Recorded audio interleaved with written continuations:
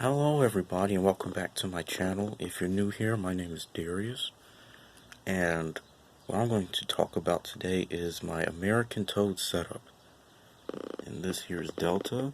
But before we jump into the video, I want to make sure that you all subscribe if you're new, and to also make sure that you comment down below if you have a pet, or if you're thinking about getting an exotic pet. So, without further ado, let's get started into the video. So first off, what I use for the substrate is EcoEarth, which is compressed coconut fiber. And it actually grows, it doesn't grow, well that would be kind of scary. It growing, and I don't know, could be some problems there.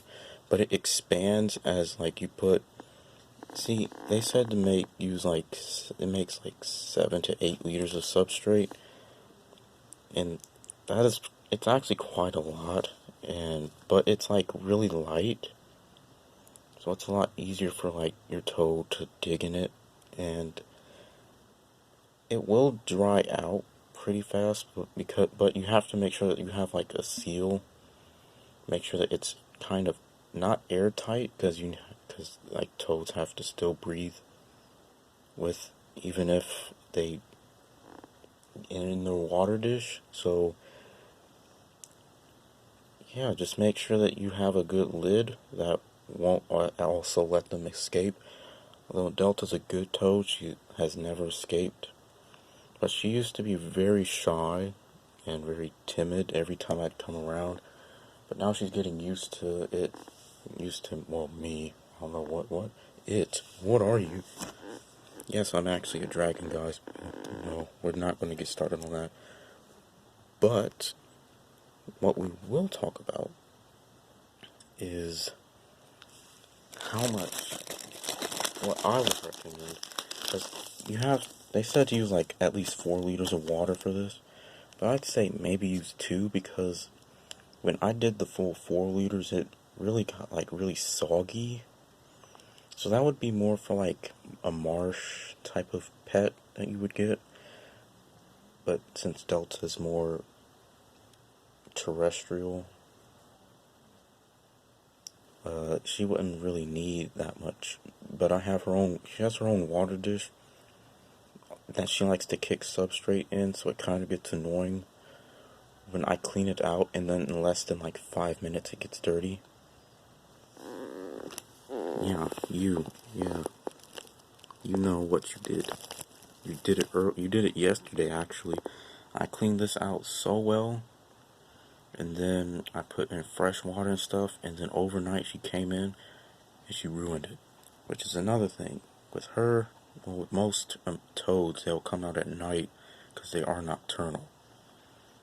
So she will come out and basically mess up everything. She has a coconut. Oh yeah, if you're wondering what that is, that's my dog. He's sleeping after he made his foolish mess. But she used to hide in this so many times, but now I don't think it's picking up on it, but this right here is actually a hill that she actually kicked up substrate from this crater that she made, which I find very, very annoying. Because I'm why aren't you using the coconut? Why are you doing this to me? But I have artificial leaves over here. Let me get this angled correctly. So I use this because every time I put in regular, natural leaves, she'll destroy them. There was a flower that tried to grow in here, and she just dismembered it. I'm really? I'm gonna do this to them? I mean, it was probably a weed, or a dandelion or something. But I make sure that I at least give her 2 inches of substrate. I might add more as the years go by. She is almost 2 years old.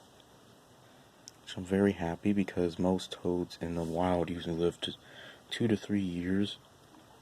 But I got her when she was really small, maybe an inch long. So now seeing how much she's grown, she has grown pretty fast in just almost 2 years. So she's special, especially to my heart, because this is like my first toad I've ever gotten. And like watching her grow really like made me like think maybe doing, because she's the whole reason why I'm basically doing this video. Like she might be the reason why my YouTube channel might also change. But that'll be for another video. I'll make that another video, which will be about her growing up and seeing her progress throughout the years. I might do it in June, so. But I use a Zoo Med dish that glows in the dark, actually. Sometimes I find it very interesting. She finds it interesting. Although I'd rather use like a regular water dish if you're just starting off with a new one. But she's used to it now because of all the lighting. Although she doesn't get that much lighting in here, but sometimes she'll stay out in here throughout the day, so she'll see like lighting and stuff like that. She also eats kind of later in the day, so I'm sorry if y'all were like, oh, he's gonna do a feeding video too. I might try to snip in a video of just her eating. It might only take like a few seconds, maybe a minute. But she did just get out of hibernation maybe like a month ago. So she's still trying to adjust and get back to her normal behavior. Though she's pretty shy mostly, but she's starting to be more getting used to everything. She's used to the dog now, so that's a good thing, because usually people have problems with their dogs trying to eat toads and stuff like that. They get along, and I can see that she's now responding. You want to say hi to all the fellow subscribers, future subscribers? Make sure you subscribe. No? Okay then. Maybe for another video then? Okay. But I make sure that the temperature in the tank is around the mid-70s. I feed her twice a day sometimes. That depends on how big her food is. Other foods I'll just give her like maybe one every other day, because of how big she's getting. Not like this big, but just like how like long she's getting. I think length. Then like this, she's basically just sitting in her water dish. She'll do that a lot. She'll just sit in it. Oh, you don't? Fine, then I'll leave you alone then, okay. She'll just sit in her water dish, and it'll either be her or the substrate that she kicks in, that'll either dry it out really fast, so then I have to basically give her more water constantly, which is another problem that I have with her, but she usually gets used to that. Over here, she basically like renovates a lot, so she'll kick the substrate and then make sure that I don't water that area. So then this area is like drier part. She usually doesn't chill here. And if she feels uncomfortable, she'll usually let me know. She usually acts very strange. But yeah, she like kicked substrate up here. She knocked this over many times.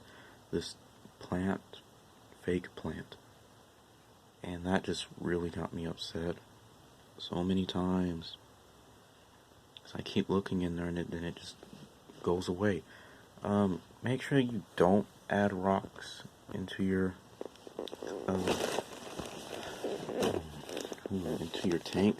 Although I have a rock in here, but it's like a pretty big rock, so she wouldn't try to eat it. But I usually will only. It's more of like, don't add pebbles. Before I got this substrate, I had just regular dirt. But she would have a really hard time avoiding grabbing the dirt with her food, so she'll also get some dirt in her mouth. And I'm like, no, I can't have that. This dirt is not working right, so you're able to get some Eco Earth, which I would recommend that. Yes, this is a pretty good substrate, just you have to make sure that it's regularly sprayed, because she also needs the tank to be kind of humid, as she just sits there and is like, I'm getting very annoyed, hurry up and finish the video. So I will finish the video soon. I'm just gonna have to wait. So, other things, handling, what I use to handle her is actually this washcloth. Now, it's been cleaned, not like with soap and water, but I just use like regular water. So, once it's like dried out, what I'll do is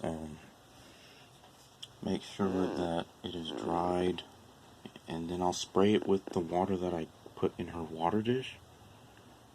So I'd usually recommend like filtered water or something like that. So you have to make sure that